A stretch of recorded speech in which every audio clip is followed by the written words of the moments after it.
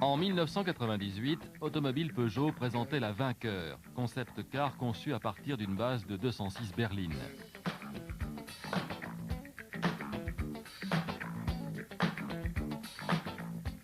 Devant le succès rencontré, l'occasion était belle de renouer avec la tradition de la marque en matière de coupés et de cabriolets et de proposer la 206 coupé cabriolet, appelée aussi 206 CC. La partie arrière a été redessinée pour offrir aussi bien en configuration coupé que cabriolet une grande pureté de ligne.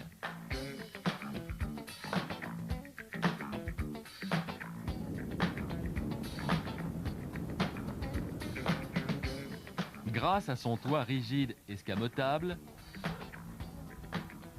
à commande électro-hydraulique de série, la 206 CC permet d'apprécier le confort d'un coupé, tant au niveau acoustique que de l'étanchéité,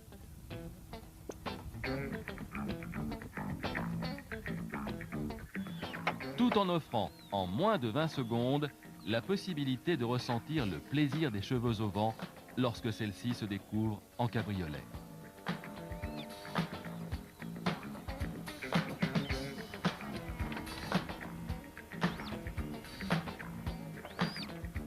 La conception du système permet d'offrir un volume de rangement de 430 litres en position coupée et de 190 litres en cabriolet. En comparaison, le coffre de la 206 berline a un volume de 245 litres et celui de la 306 cabriolet de 274 litres. Ce système permet également de proposer une lunette arrière chauffante en verre, ne risquant pas de se détériorer au fil du temps.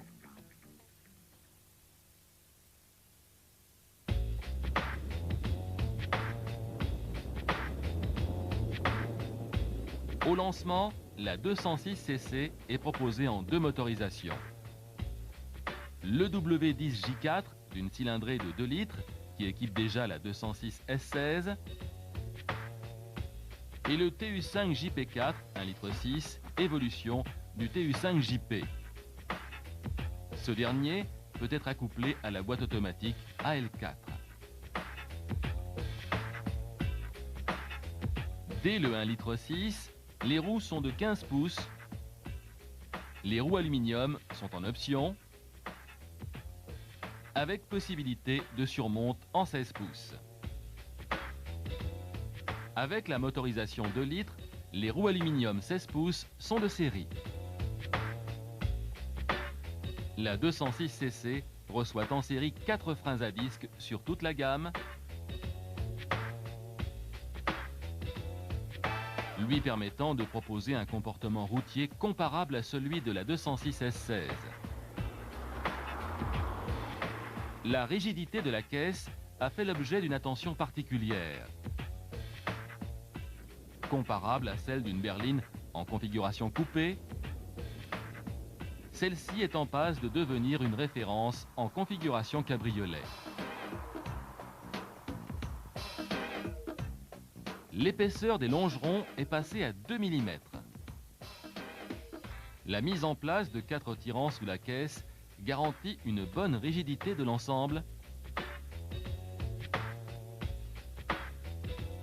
permettant la manœuvre du toit, quelle que soit l'assiette du véhicule.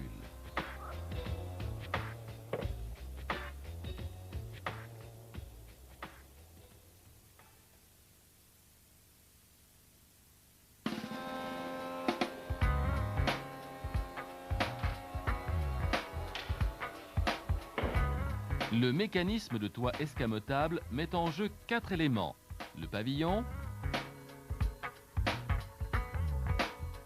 la lunette arrière,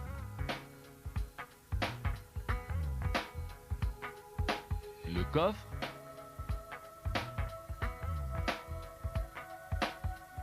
et la tablette. Le pavillon et la lunette arrière sont les deux éléments mobiles principaux.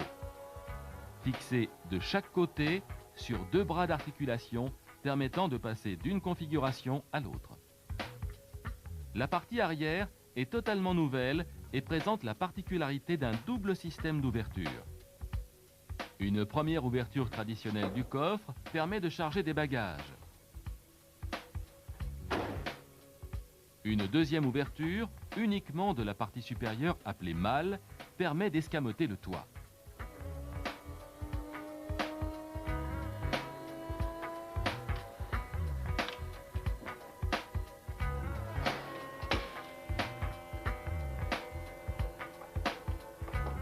Lors du chargement de bagages, si une utilisation ultérieure en cabriolet est prévue, l'utilisateur doit tendre un rideau appelé tendelet, permettant de réserver l'emplacement nécessaire au rangement du toit. Les bagages ne doivent pas soulever le tendelet et aucun objet ne doit être placé sur ce dernier.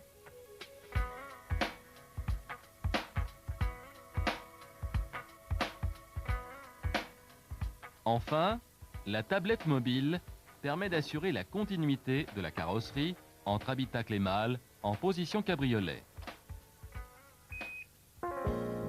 L'interrupteur de commande du toit est implanté sur la console de frein à main. Le fonctionnement de l'ensemble est assuré par un calculateur implanté dans le coffre derrière le siège arrière gauche. Ce calculateur commande la centrale hydraulique, implantée derrière le siège arrière droit,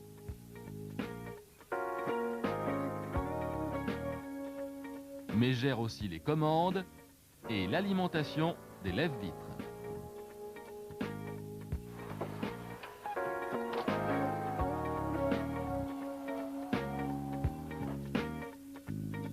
La centrale hydraulique effectue la manœuvre du toit grâce à des vérins. Le calculateur ordonne et contrôle la manœuvre grâce à des contacteurs répartis sur l'ensemble du système.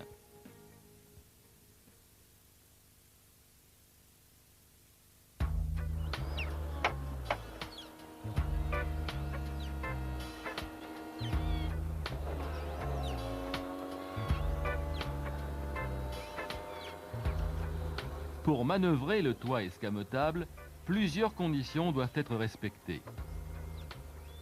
La vitesse véhicule doit être inférieure à 10 km/h. Le tendelet doit être tiré et le coffre fermé. Afin d'éviter tout risque d'accident, il est important de vérifier qu'aucune personne ne se trouve à proximité immédiate du véhicule. Tournez la clé en position plus accessoire ou plus après contact. Le cycle d'ouverture commence par l'ouverture complète des 2 crochets de verrouillage.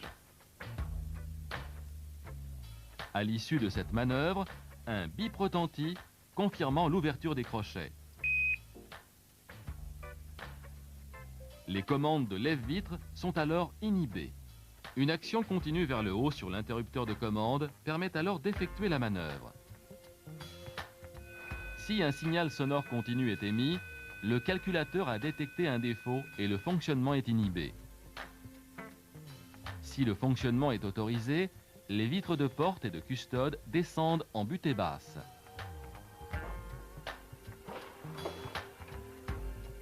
La malle se déverrouille et s'ouvre.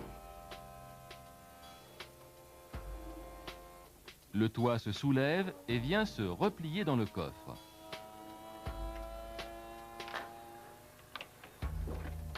La tablette sort et la malle se ferme et se verrouille. Un bip signale la fin de la manœuvre. Les vitres ne remontent pas, mais leur commande est de nouveau autorisée.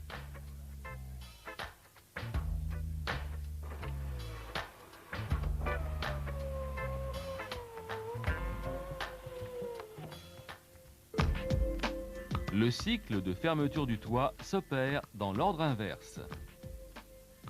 Appuyez sur l'interrupteur de commande.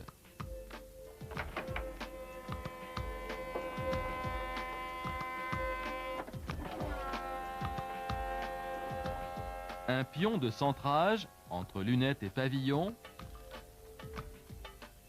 et 2 pions entre pavillon et traverse supérieure de pare-brise augmentent la rigidité de l'ensemble. 2 excentriques placés de part et d'autre de la lunette viennent se mettre en appui sur les bras d'articulation avant, mettant ainsi l'ensemble en contrainte pour une meilleure étanchéité entre pavillon et lunette.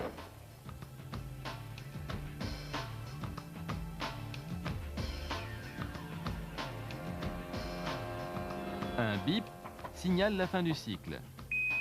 Fermez alors les crochets de verrouillage. Les lève-vitres redeviennent fonctionnelles. Si le conducteur oublie de fermer les crochets de verrouillage, dès que la vitesse véhicule dépasse 10 km/h, un signal sonore continu est émis. À souligner, l'ouverture du toit est déconseillée après une forte pluie ou un lavage. Tout comme la berline, la 206 cc dispose d'un verrouillage centralisé haute fréquence des portes et du coffre. Cependant, au déverrouillage par la télécommande, le coffre reste verrouillé et l'ouverture n'est possible que par la serrure.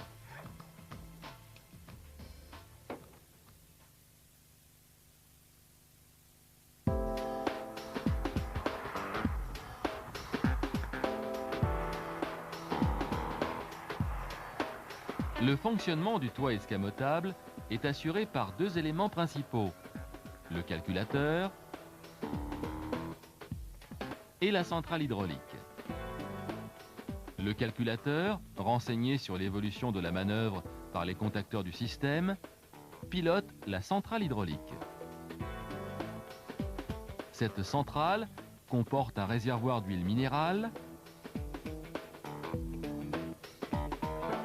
une électropompe et une électrovanne.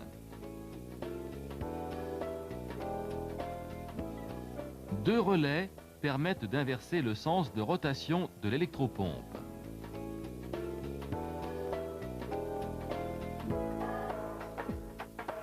Une résistance thermique permet au calculateur d'effectuer en permanence le contrôle de la température de la centrale. La centrale hydraulique effectue la manœuvre grâce à 5 vérins. 2 vérins pour le toit escamotable, 2 vérins pour la malle, 1 vérin de tablette arrière.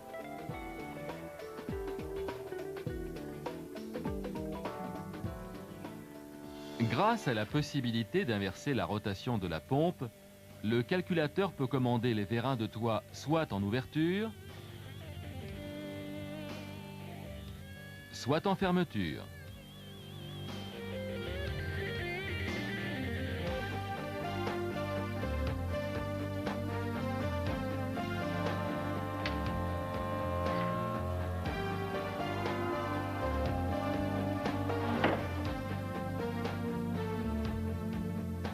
Les vérins de malle et de tablette fonctionnent différemment. Ces 3 vérins reçoivent toujours la pression côté tige, quel que soit le sens de rotation de la pompe, grâce à un système de clapet.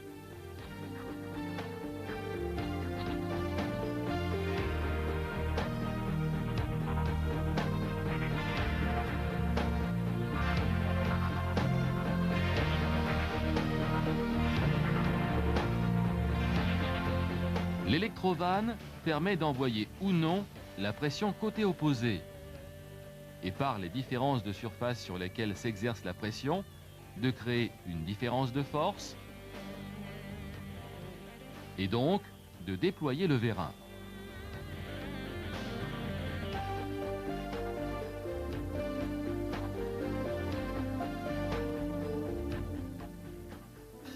Le calculateur est alimenté en permanence et reçoit les informations moteur tournant et vitesse véhicule. L'interrupteur de commande de toit, quant à lui, est alimenté dès le plus accessoire. Le calculateur vérifie que le temps de lait est tiré grâce à un contacteur.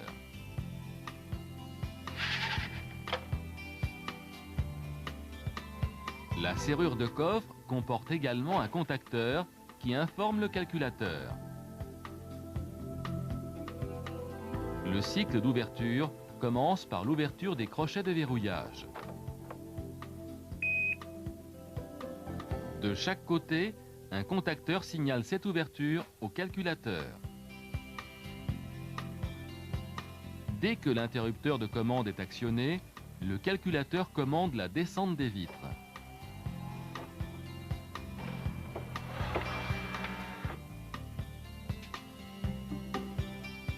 Le calculateur commande ensuite l'électropompe dans le sens fermeture, ainsi que l'électrovanne. Le toit étant fermé, les vérins de toit sont embutés et donc inopérants.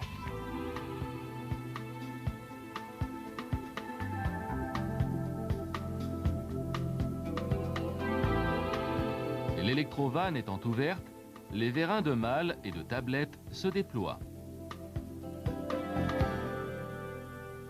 Grâce à un système de câbles, les deux vérins de malle déverrouillent les deux serrures avant,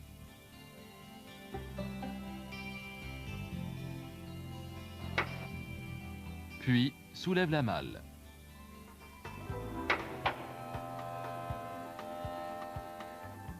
Le vérin de tablette se déploie aussi, mais son corps est libre dans le sens longitudinal. Son déplacement est sans effet sur la tablette.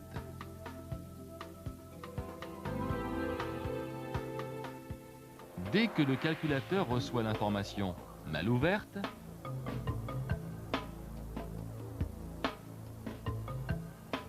il inverse le sens de rotation de la pompe en ouverture. Les vérins de toit entrent en action d'ouverture, le toit s'escamote. Quand le toit finit son cycle, il bascule un levier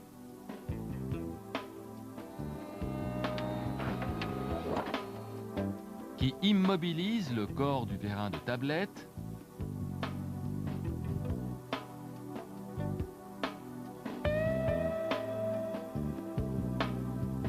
et ferme le contacteur toit ouvert.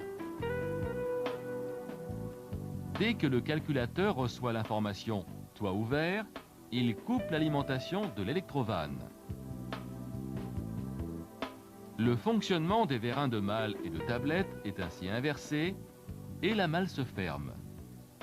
La tige du vérin de tablette rentre également et la tablette sort. Le calculateur actionne l'électropompe jusqu'à fermeture du contacteur tablette sortie, puis des deux contacteurs mal verrouillés.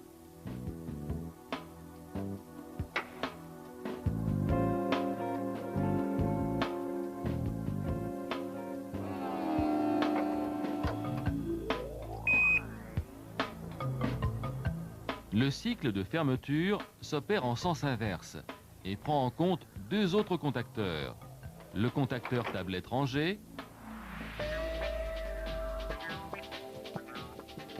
et le contacteur toit fermé.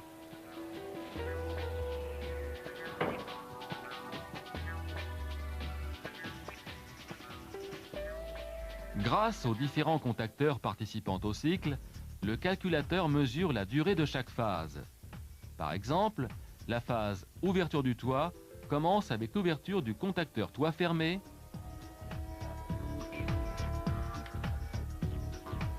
et se termine lorsque le contacteur toit ouvert se ferme. Le calculateur vérifie que la durée de la phase est dans les tolérances prévues.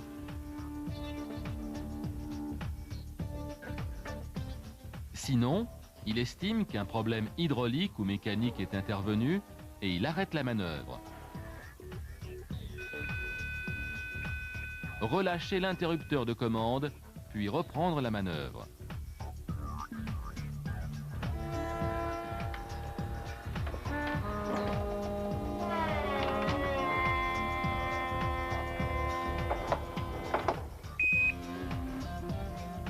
ailleurs, durant toute la manœuvre, le calculateur vérifie l'état des contacteurs. Ainsi, lors de la phase ouverture du toit, si le contacteur mal ouverte est ouvert, le calculateur arrête la manœuvre. Mais la fermeture du toit reste possible.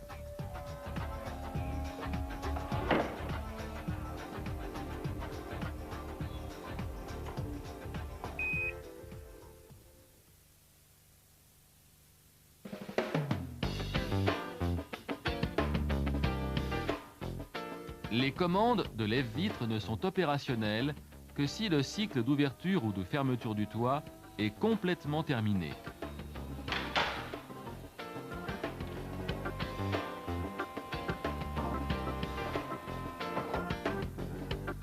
De chaque côté, un seul interrupteur permet la commande des vitres avant et arrière.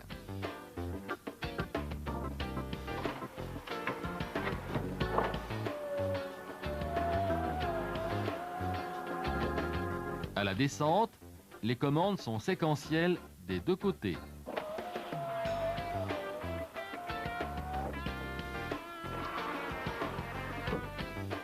Un appui court provoque la descente de la vitre avant en butée basse.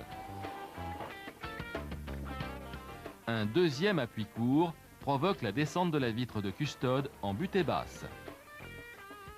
Un appui long entraîne la descente de la vitre avant, puis de la vitre de custode.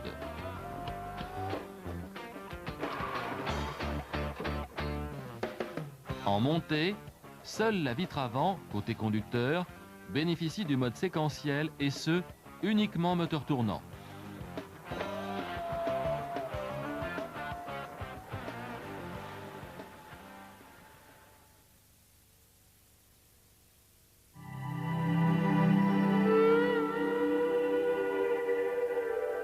Si le calculateur refuse d'exécuter la manœuvre de fermeture, il reste deux possibilités pour l'utilisateur de fermer le toit escamotable.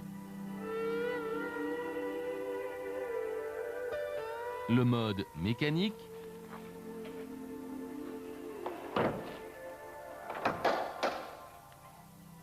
et le mode électrique.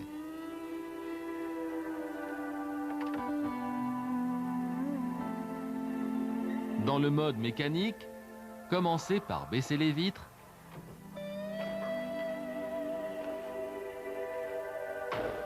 ouvrir le coffre et décrocher le tandelet.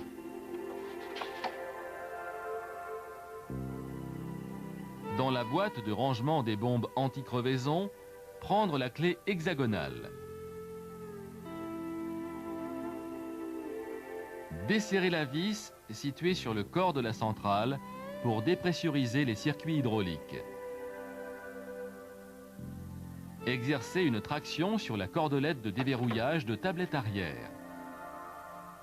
Cette action permet de sortir la tige de vérin et de rentrer la tablette.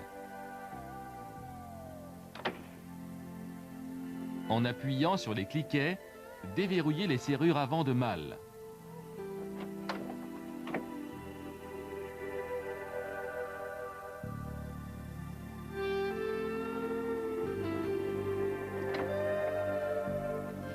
Fermez le coffre et soulevez la malle. L'immobilisez à l'aide de la clé hexagonale.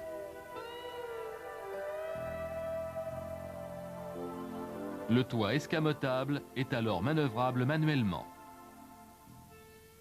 L'aide d'une seconde personne est fortement conseillée. Attention au positionnement des mains pour éviter toute blessure.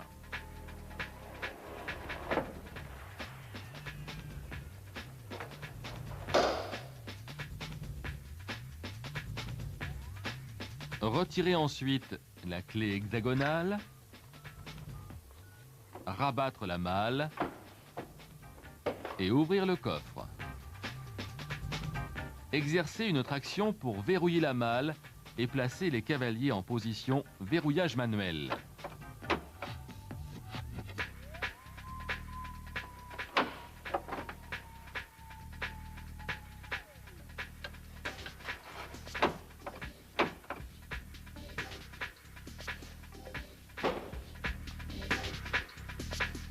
Après intervention, il est impératif de repositionner les cavaliers en mode automatique et de resserrer la vis de dépressurisation. Le mode électrique permet de neutraliser une fonction défaillante pour repasser en configuration coupée. Il doit donc être utilisé avec les plus grandes précautions. En cas de défaillance des lève-vitres, la fermeture du toit est inhibée. Coupez le contact et actionnez simultanément les deux interrupteurs de lève-vitre au deuxième cran. Mettre le contact et attendre une série de bips.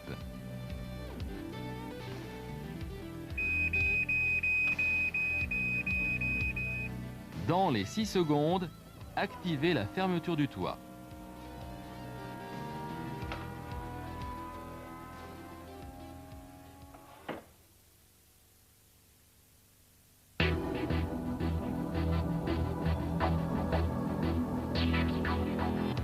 Le Diac 2000 permet de dialoguer avec le calculateur du toit escamotable et d'effectuer, entre autres, la lecture d'éventuels défauts mémorisés.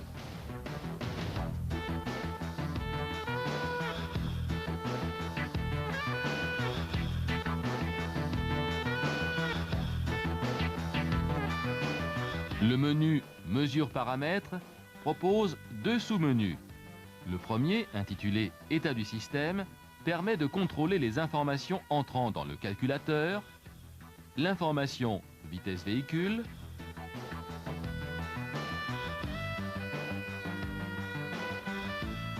l'information moteur tournant,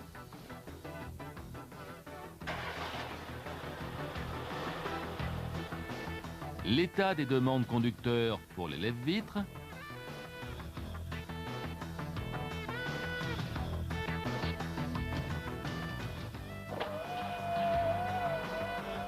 l'état des demandes conducteurs pour le toit,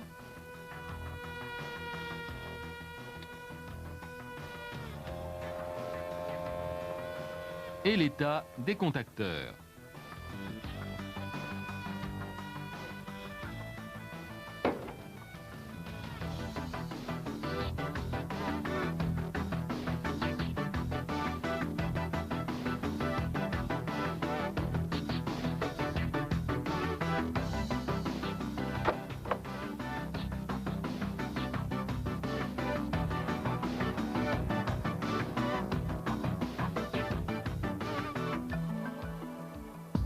Le deuxième sous-menu permet de contrôler l'état des sorties, la commande des moteurs de lève-vitres,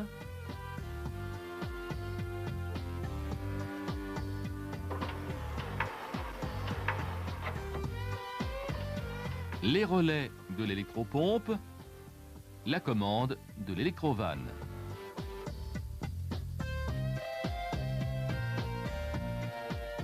Le menu Test actionneur permet de contrôler le fonctionnement du bruiteur.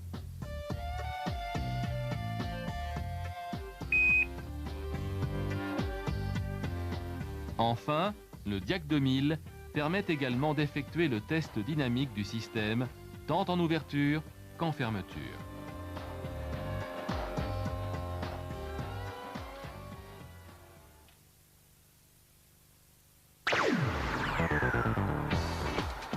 À la fois routière et sportive, cette nouvelle 206cc nous montre l'ambition d'Automobile Peugeot d'offrir à ses clients une technologie hier encore réservée à un segment supérieur, soulignant ainsi que l'automobile restera toujours un plaisir.